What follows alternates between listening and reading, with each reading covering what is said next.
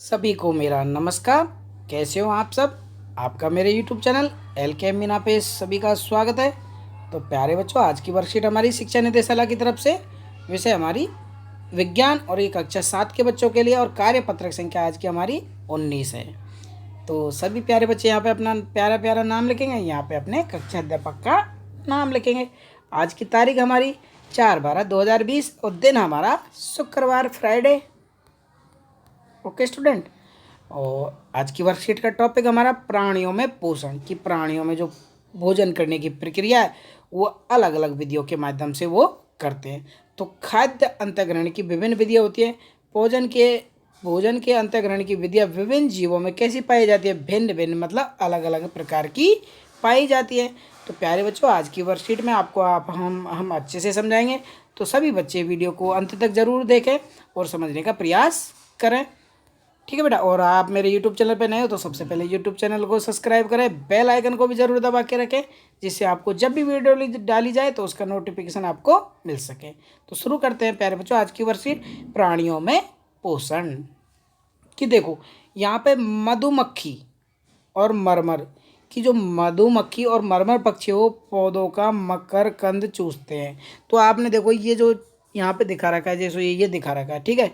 और ये हमारा ये मरमर पक्षी है। कौन सा पक्षी है बेटा? ये मरमर पक्षी है। और ये हमारी मधुमक्खी है।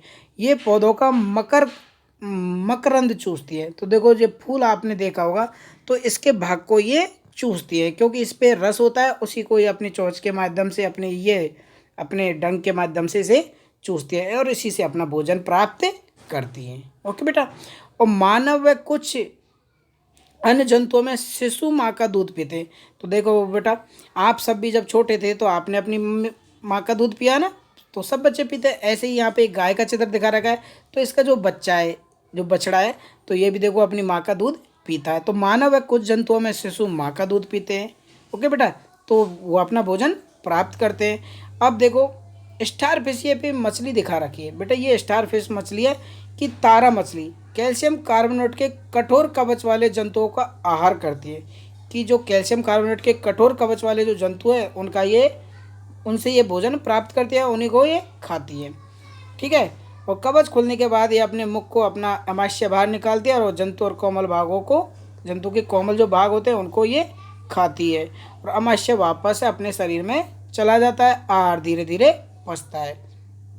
तो जैसे ही ये मछली, जब इनको कैल्शियम कार्बोनेट के कठोर जो भी जीव जंतु इन्हें दिखते हैं, तो उन्हीं को देखते अपना ये मुंह खोलती है और वापस अपने उस जीव जंतु को खा के और वापस अपना मुंह बंद कर लेती है। और जो उनका खाने का वो अवयव होता है तो वापस उनके शरीर में अंदर चला जाता है और धीरे धीरे ये पचता रहता है। तो ये सारे बेटा कुछ फैक्ट हैं। क्या है बेटा? ये कुछ फैक्ट है, अद्भुत सत्य है कि आप सभी ने देखा होगा कि ये कार्य होता ही होता है। अब देखो हम आगे, अजगर जैसे सर्पवंश के प्राणी, जैसे सर्पवंश के जो भी सभी प्राणी अपने शिकार को समूचा खा जाते हैं, मतलब पूरा खा जाते हैं। तो बेटा ये जो अजगर होता है, तो ये किसी भी जब जंतु को खाता है तो अपना पूरा मुंह खोलता है और अपने जो भी इनको कीड़े मकोड़े जो भी जानवर इनके हाथ लगता है उसको क्या है, पूरा ही अपने मुंह में खा जाता है और उसे अपने पेट में पचाते रहता है। और आपने सुनी भी होगी कि अजगर के सामने कभी नहीं आना चाहिए, कि अजगर पूरे अपने शिकार को पूरा ही समूचा मतलब पूरे को ही खा जाता है। ओके। अब देखो कुछ जलीय जीव अपने आसपास पानी में तैरते हुए खाद्य कणों को छानकर उनका भक्षण करते हैं। आपने देखो यहाँ पे चील दिखा रखी है, बगला है, वो सारे क्या मछलियों को खाते हैं। तो वो क्या करते हैं, पूरा उनका भक्षण करके उन्हें खाते हैं। और जो मछलियाँ होती हैं जो तालाब नदियों में होती हैं, तो देखा होगा आपने जो कुछ तैरते जो खाद्य पदार्थ तैरते रहते हैं ना, उन्हीं को ये खाते रहते हैं और अपना भोजन विधि प्राप्त करती है। तो बेटा ये कुछ फैक्ट हैं। Okay student. तो अब देखते हैं हम आगे कि सारणी में दिए गए जंतुओं के भोजन के प्रकार और पोषण प्राप्त करने की विधि कौन कौन सी है, और अपने प्रेक्षण सारणी में लिखिए। आप देखेंगे कि यहाँ नीचे दी गई खाद्य अंतर्ग्रहण की विधियाँ उन विधियों को लिखने में सहायक है जिनसे जंतुओं का भोजन अंतर्ग्रहण करते हैं, जैसे छीलना, चबाना, काटना, पकड़ना, निगलना, साइफनी, स्पंजी, भूषण। तो ये हमें यहाँ पे दिए हुए हैं। तो इनकी ये आहार की विधि है। ठीक है। ये जंतुओं के नाम हमें सारणी में दिए गए और मैं थोड़ा सा इसे जूम कर देता हूँ ऐसे। ठीक है। तो ये हमें यहाँ पे जंतुओं के नाम दिए गए हैं, ये 8 नाम हमें दिए गए, इनके आहार का क्या क्या प्रकार है और इनके विधि यहाँ पे दी हुई हैं ये वाली। ठीक है, तो ठीक है बेटा, इसके करते हैं हम क्वेश्चन आंसर, लिखित रूप में आपको मैं बता देता हूँ। ओके, ये वाली। तो देखो बेटा, ये तो हो गए हमारे जंतुओं के नाम। क्या हो गए? ये जंतुओं के नाम, और ये इनके आहार हो गए,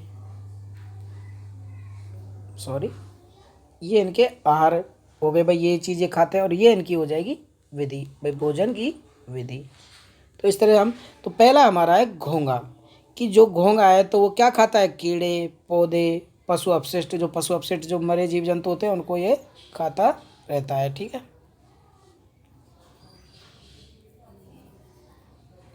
ओके स्टूडेंट।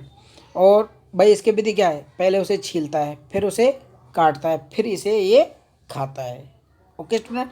दूसरा है चींटी, ये जो भी खाने के पदार्थ हो, आपने देखा होगा कि जैसे हम गेहूँ जो आटे के दाना वगैरह डालते हैं तो उनको भी ये खाते रहते हैं। जो मृत जीव है तो उनको भी ये अपने भोजन के रूप में ग्रहण करते हैं।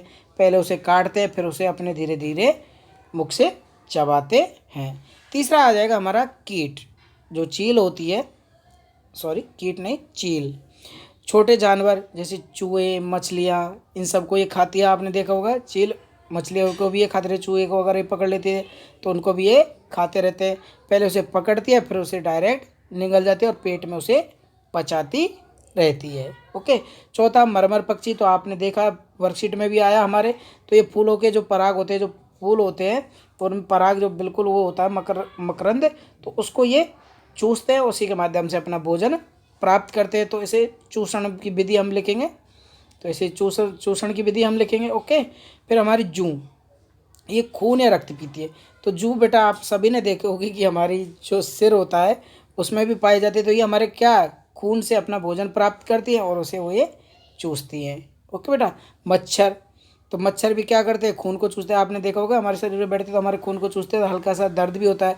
तो ये भी क्या है? ये भी चूषण विधि के माध्यम से इसे अपना भोजन प्राप्त करते हैं। तितली, तितली फूलों का जो परागकण वही मकरंद को ये चूसती है, और इनकी जो विधि है उसे साइफनी विधि कहते हैं। साइफनी विधि कहलाती है, जिसे फूलों का जो परागकण को ये ग्रहण करती है ना भोजन उससे, तो उसको साइफनी विधि हम कहेंगे।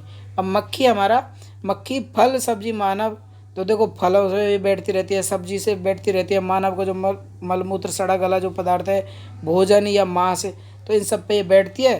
तो इसकी जो ये भोजन की जो विधि है वो स्पंजी विधि कहलाएगी। तो इन विधियों के माध्यम से आपको ये याद रखना है कि इन विधियों के माध्यम से ये सारे जो जीव जंतु है ये अपना भोजन ग्रहण करते हैं। ओके बेटा, एक बार फिर रिपीट कर देता हूँ। घोंघा, घोंघा है जो कीड़े, पौधे और पशु अपशिष्ट से अपना भोजन प्राप्त करके, और पहले उसे भाई विधि, पहले उसे छीलता है फिर उसे काटता है। चींटी है, वो खाने का पदार्थ कोई भी हो तो उससे अपना भोजन प्राप्त करती है, और मृत जीव है उनको भी वो खाती रहती है, पहले उसे काटती है फिर उसे चबाती है अपने पेट के अंदर। चील, छोटे जानवर जैसे चूहे, बिल्ली, चूहे, मछली, तो इन सबको खा के पहले उसे पकड़ती है, फिर उसे निगलती है, फिर अपना भोजन प्राप्त करती है।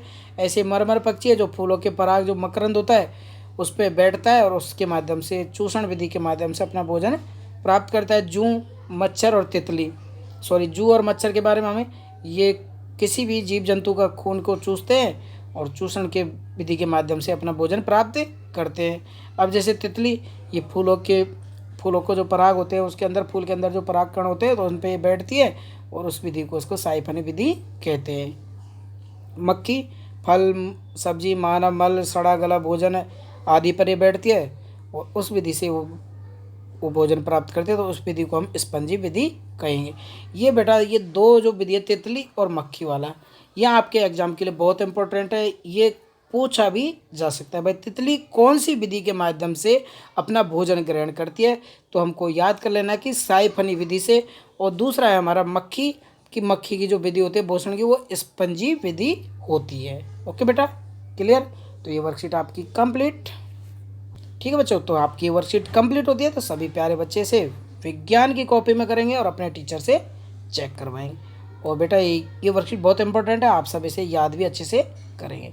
और सभी बच्चे ध्यान रखें, अपने नियमित रूप से कोविड-19 के संदर्भ में उचित व्यवहार संबंधी संदेश मेरा सबको है कि नियमित रूप से अपने हाथों को और साबुनों को पानी से धोते रहें और अपना ख्याल रखें बहुत अच्छे से, और ज़रूरत के हिसाब से घर से बाहर निकलें, अन्यथा आप सब क्या रहें, घर में ही रहें। ओके बेटा, टेक केयर एवरीवन।